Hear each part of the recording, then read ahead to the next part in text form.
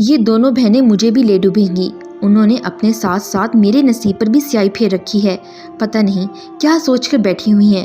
اگر اللہ نے دبتا ہوا رنگ اور موٹے نقوش بنا دیے ہیں تو بندہ تھوڑی محنت کر کے کچھ تو اپنی شکل نکھار سکتا ہے کہ اس گھر سے دھکا تو لگے۔ بے شمار کریمیں لا کر ڈھیر کر دیں، سینکڑوں رنگ گورا کرنے کے ٹوٹکے بتا دیے، مگر مجال ہے جو ان پر رتی برابر بھی اثر ہوا ہو۔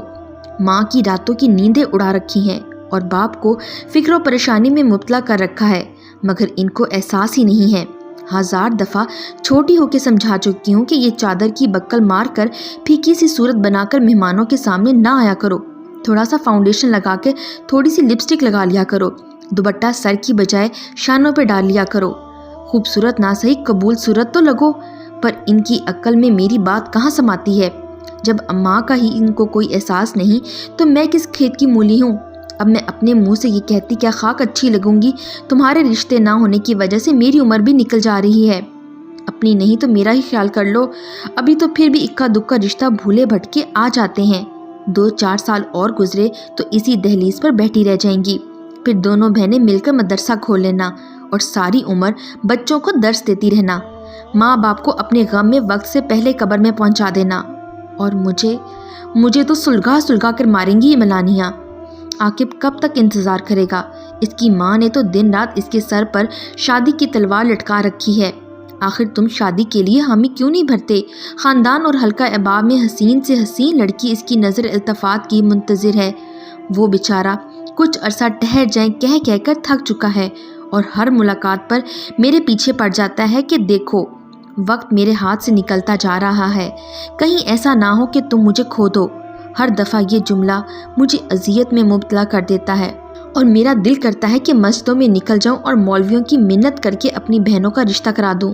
یا اللہ تو ہی میری سن لے، 2 مولوی بھیج دے جو میری بہنوں کو شرعی طریقے سے برقعوں میں بیاہ کر لے جائیں۔ پتہ نہیں میری دعائیں کب رنگ لائیں گی۔ میں نے بے بسی سے ہونٹ کاٹے۔ حلیمہ بیٹا آج شام کو وہ پنک کلر کا سوٹ پہن لینا جس پر کام ہوا ہے، اور بیٹا میری مانو تو ہم رنگ لپسٹک بھی لگا لینا۔ آج شام کو راشدہ خالہ کچھ خواتین کو لے کر آ رہی ہیں، اللہ سے امید ہے کہ میری بچی کے بھی نصیب کھل جائیں گے۔ بڑی آس دلائی ہے تمہاری خالہ نے۔ امی نے ہمیشہ کی طرح بجیا کو دھیمے لہجے میں سمجھایا، مگر مجھے آج بھی قوی امید تھی کہ امی کا مدعا سمجھ کر بھی وہ انجان بنی رہیں گی جو ہمیشہ سے ہر مہمان کے سامنے کرتی آئی ہیں۔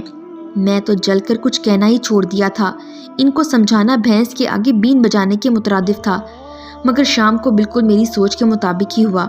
امی کے کہنے پر گلابی جوڑا تو انہوں نے زیب تن کر لیا تھا، لبوں پر پنک لپسٹک بھی سجا لی تھی، آنکھوں میں کاجل کی ہلکی سی لکیر بھی نمودار ہو گئی، مگر دوپٹے کے معاملے میں کوئی رعایت نہیں تھی۔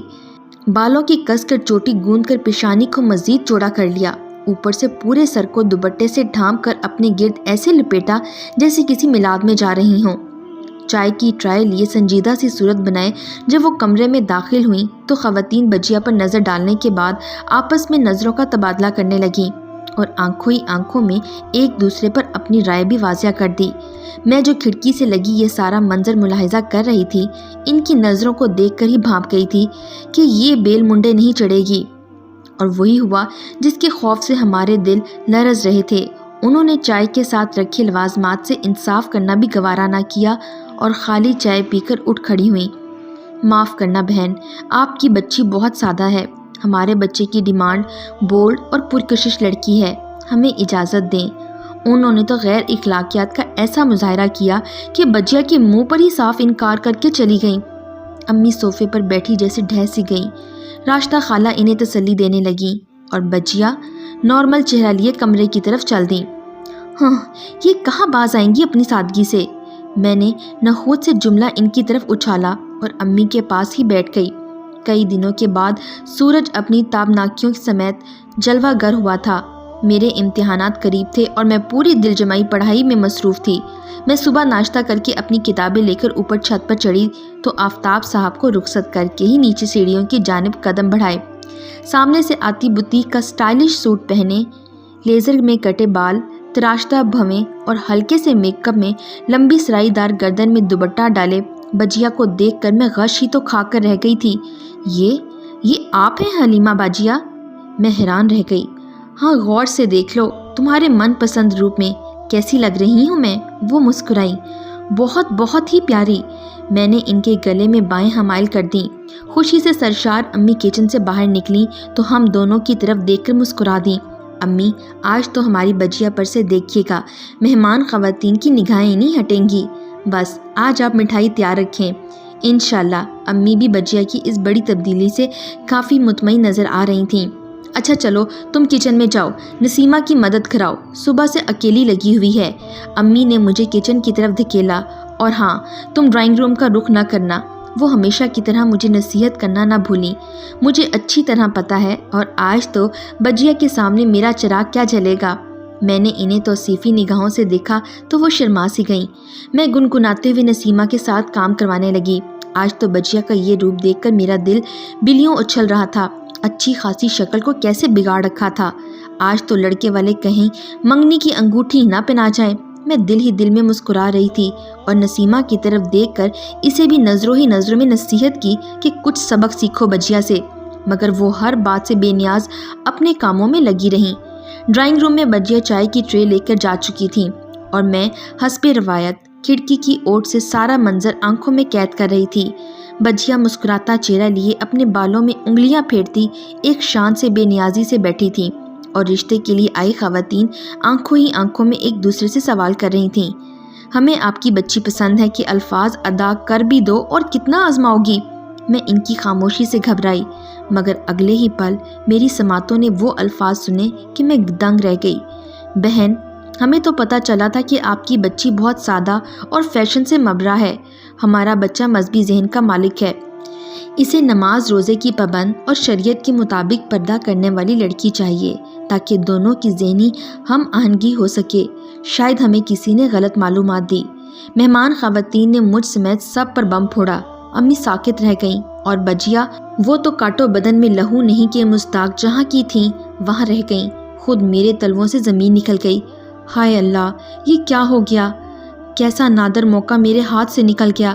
آج اگر بجیا سر پر دوپٹہ اوڑھے ان کے سامنے بیٹھی ہوتی تو منگنی کی انگوٹھی ضرور ان کے ہاتھوں میں سج جاتی۔ میری تو قسمت ہی خراب ہے۔ مارے دکھ کے میری آنکھوں سے آنسو ہی نکل آئے۔ ہاں ذہن میں جھماکا ہوا۔ او یس یہ ٹھیک ہے۔ عقل نے بر وقت گھوڑے دوڑائے اور میں بھاگتی ہوئی نسیمہ کے کمرے کی طرف دوڑی جو عشاء کی نماز کی نیت باندھنے ہی لگی تھی۔ دوپٹہ سر کے گرد اچھی طرح لپیٹے، صاف ستھرا میک اپ سے بے نیاز چہرہ۔ ہاں یہی ہے ان کے خوابوں کی تعبیر۔ میں نسیمہ کو کھینچ کر ڈرائنگ روم میں لے گئی۔ وہ ارے مجھے چھوڑو، یہ کیا کر رہی ہو؟ کہاں لے جا رہی ہو مجھے نماز پڑھنی ہے، بولتی جا رہی تھی اور میں اس کی پرواہ کیے بغیر اسے لے کر ڈرائنگ روم میں داخل ہو گئی۔ آنٹی آپ کو جس نے بتایا ہے درست بتایا ہے، یہ ہے میری بجیا، نماز روزے کی پابند، شرعی پردہ کرتی ہیں، نماز پڑھ رہی تھیں اس لیے آنے میں دیر ہو گئی۔ میں نے نسیمہ کو ان کے سامنے صوفے پر بٹھایا تو وہ خواتین جیسے اپنا مطلوبہ گوہر پا کر کھل اٹھیں۔ ہاں بالکل، ہمیں ایسے ہی بچی کی تلاش تھی۔ ماشاءاللہ بڑی نیک بچی ہے، ہمارا بچہ بھی بہت سادہ اور نیک ہے، اللہ نے چاہا تو دونوں کی زندگی بہت اچھی گزرے گی۔ انہوں نے نسیمہ بجیا کے سر پر ہاتھ پھیرا۔ بس ہماری طرف سے تو رشتہ پکا ہی سمجھیں، اب آپ بتائیں ہمارے بچے کو دیکھنے کب آ رہی ہیں؟ خاتون نے فوراً نسیمہ بجیا کے لیے اپنی پسندیدگی کا اظہار کر دیا۔ امی حیرت سے منہ کھولے کبھی مجھے، کبھی نسیمہ کو، حلیمہ بجیا کو اور کبھی مہمان خواتین کو تکے جا رہی تھیں۔ آنٹی انشاءاللہ بہت جلد ہم بھی آپ کے گھر حاضر ہوں گے۔ میں نے چپکے سے امی کا ہاتھ دبا کر انہیں ہوش دلایا۔ ہاں ہاں بہن ہاں، ہم بھی ضرور جلد ہی آپ کے گھر تشریف لائیں گے۔ امی حیرت، خوشی اور کچھ افسردگی لیے گویا ہوئیں اور میں دل ہی دل میں سوچ رہی تھی حلیمہ نہ سہی، نسیمہ کو تو دھکا لگا، ایک سل سرکی تو دوسری بھی ایک دن ہل ہی جائے گی۔ شروعات تو ہوئی، خواتین رخصت ہوئیں تو میں شرمندہ سی بجیا سے نظریں ملائے بغیر اپنے کمرے کی طرف ہولی۔ میری پیاری حلیمہ بجیا، ہماری خاطر ذہن و دل سے جنگ کر کے اپنا چولا بدلا اور پھر بھی مقدر ہار گئیں۔ مجھے حقیقتاً افسوس ہوا۔ اب پتہ نہیں وہ اپنا یہی حلیہ اپنائے رکھیں گی یا پہلے والی جون میں واپس آ جائیں گی۔ میں تو خجالت سے یہی سوچ رہی ہوں، مگر بہرحال میرا آدھ مسئلہ تو حل ہوا۔